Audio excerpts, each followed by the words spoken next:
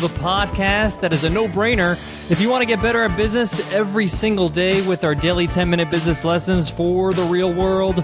I'm your host, your coach, your teacher, Omar Zenhom. I'm also the co-founder of the $100 MBA, a complete business training and community online. And in today's episode, you will learn, can you work with family? Many people have family working with them in their business, or they're in a family business. And I'm going to answer the question, can you work with family? And if so, how best to do it? Things can get really sensitive when it comes to your own family, people that are really close to you emotionally, whether that's your spouse, your sibling, your son or daughter. We're going to break it down in today's episode, so let's get down to business.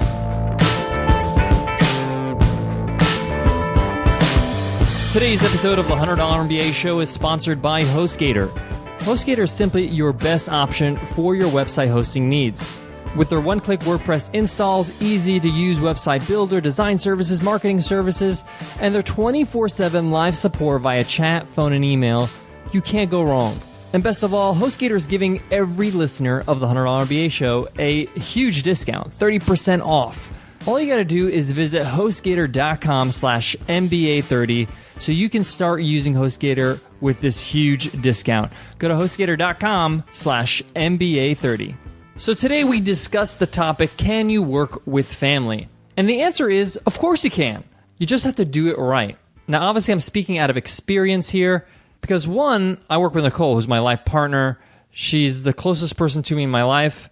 And obviously, we have an emotional connection. She's family. She's my family, and I'm her family. But we run this business together. I also speak out of experience because one of my first jobs as a young kid was working at my dad's car dealership where I was in the wash bay. I used to wash cars as a young kid on the weekends, washing the used cars, getting the new cars ready for the customers.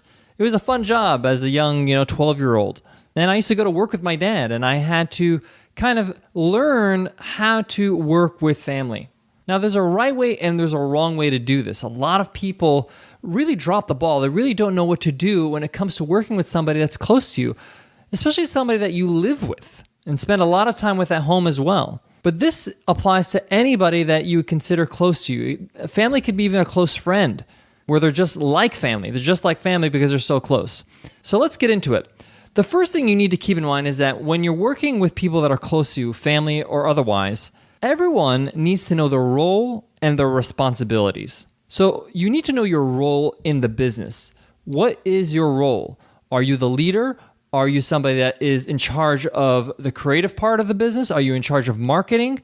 Are you somebody that takes care of the media? What is your role? And what's your responsibility? What is expected of you? What are the actual details of your job? This needs to be super clear to everybody, regardless if you have family working with you or not. But this is especially important when you have family because you're going to need to draw the line, not only for you and the family member, let's say, for example, this is your brother or your sister, but also for everybody else that works at the business or at the company. They need to see that you're treating everybody equally and that everybody has a specific role and responsibility and nobody is kind of getting away with anything. This is so important. Now, when Nicole and I established our business, we had to sit down and take a look at what's her role, what's my role, what are my responsibilities, what are her responsibilities, and that's something we agreed upon. And we revisit this from time to time because, the business changes, we grow as people, and we may need to change our roles and responsibilities. Nicole may need to take on more responsibilities or different responsibilities and pass on those responsibilities she used to have to a new employee. I may need to spend more time on certain responsibilities or be more assertive in some roles as we grow in the business. Every stage in the business has different needs. So we need to keep on adjusting and keep on revisiting our roles and responsibilities. So that's number one. Make sure everybody knows their roles and responsibilities, regardless if they're your son, your daughter, your brother, your father. Everybody needs to know what's going on. Number two, you need to communicate effectively. You need to make sure that the communication is open and nothing is assumed. So for example, let's say your daughter is working in your business. You can't just assume that your daughter is just going to be self-motivated because it's the family business, it's our business, she should be just as motivated as I am. No, they are an employee at your company and you need to motivate, you need to communicate with them just like you'd have to do with a complete stranger. Their experience of the business is not the same as yours, especially if they're coming on later. If they didn't see you grow this thing from nothing. So you need to communicate, train with them, speak to them, explain things to them as if they are just like anybody else. A lot of us, we assume they know what's going on, and a lot of times they don't. You also have to communicate effectively because you want to make sure that they understand, just like everybody else in the business understands, what the vision of the company is, what's the main goal of what you're trying to do with your business. Again, don't take it for granted that, oh, they live with me, they know the business, they grew up, they should know this. It doesn't matter if they should, but you have to really ask the question, do they really know it inside and out? Don't assume. Communicate effectively. The third thing you need to make sure is to treat this family member like everyone else. Now, this may sound obvious, but I'm going to give you a scenario that may not be so obvious. If you have an employee that's not your family member, a complete stranger that comes and joins your company and works there for 3 years, and they are a good worker, and they're a great team member, but they want to move on. They want to move on to something else. How would you treat that situation? You'd probably, find somebody to replace them, have them train their replacement, and it would be fine. But what if that's a family member? What if that's your son or daughter? What if that's your brother? What if that's your spouse? How will you treat them if they decide to go? Will you try to see that maybe that's in their best interest? Maybe that's what they want to do. Maybe they want to start their own business. So you got to make sure you treat them fairly, because sometimes we feel if they're family, they should be more committed. They should be more loyal. Loyalty is something you have to inspire people to have with your leadership. You shouldn't just expect them to be loyal because they're family. And sometimes it's not a matter of loyalty. Maybe it's just time for them to move on, time to grow, time to do their own thing. So keep that in mind. How are you treating them? And this is not just, if they come in late to work, I got to make sure I reprimand them just like everybody else. No, that's not what I'm talking about. I'm talking about treat them just like an individual, just like anybody else that would join the company. Guys, I got one more part in this lesson talking about working with family. But before that, I got to give love to today's sponsor, HostGator.com. Guys, Nicole and I use HostGator.com for all our website hosting. One of the reasons why we use HostGator is because they have 24/7 live support via chat, phone, and email. You can actually get a human being on the phone, which is incredibly remarkable in this day and age. Often I'm traveling, I'm on a different time zone, I'm working on the road, and I want to make a tweak on the website, or I want to change something up, or I want to upgrade something in my account. And I love to just jump on the phone or jump on chat at any time of the day, any day of the week, and have that taken care of. And HostGator does that for me, and I love that. HostGator also makes it easy for you to build upon your website, whether that's a redesign or a refresh. They can hook you up with a designer to work with you one-on-one. They can also help you with marketing services, search engine optimization, paid per-click campaigns, and they're also a great value.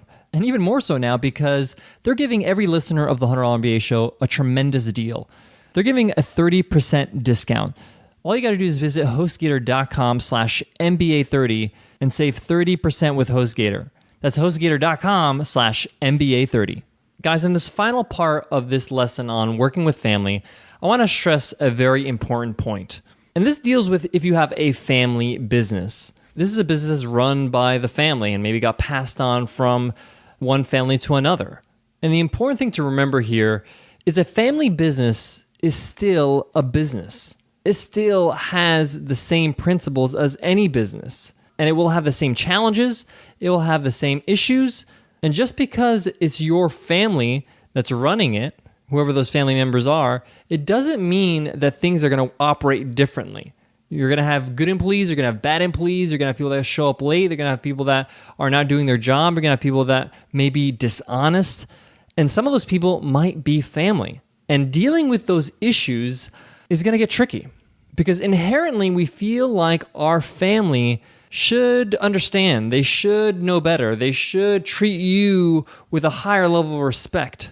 And sometimes they don't, just because they're human. And sometimes it's not anything deceptive. They just may not see your vision. They may not just see the point. They may not be on board with the business idea itself. Maybe they wanted to do something else with their life. Maybe they're just not as ambitious as you are. And you have to come to terms with that. And you have to deal with it just like any leader in any business, regardless if it's a family business or not, would deal with it. You still have to answer to your customers. You still have to make sure that you're profitable. And sometimes with family businesses, the politics, the drama of family often impedes you from that success. And the only way to kind of deal with this is to make sure that you're all on board. Just like I talked about, you communicate effectively. This is especially important with a family business that gets passed on from one generation to another. Sometimes you're going to have to innovate. Sometimes you have to change things around. Maybe you got to do things differently. And that may not be popular with the family. But again, at the end of the day, you have a business on your hand and it's still a business and you got to do what's right for the business. And sometimes, most of the time actually, you're going to have to innovate. You're going to have to change things and you're going to have to ruffle some feathers. All right, guys, that wraps up today's lesson. I hope you enjoyed it. I sure enjoyed teaching it. Guys, we got a lot of interesting lessons coming up this week. Don't forget, tomorrow is Free Ride Friday. We're going to be talking about how to motivate your team beyond money. And on the weekends, Saturdays and Sundays, we have Q&A weekends, so make sure you tune in for that. We answer your questions, listener questions, on Q&A weekends.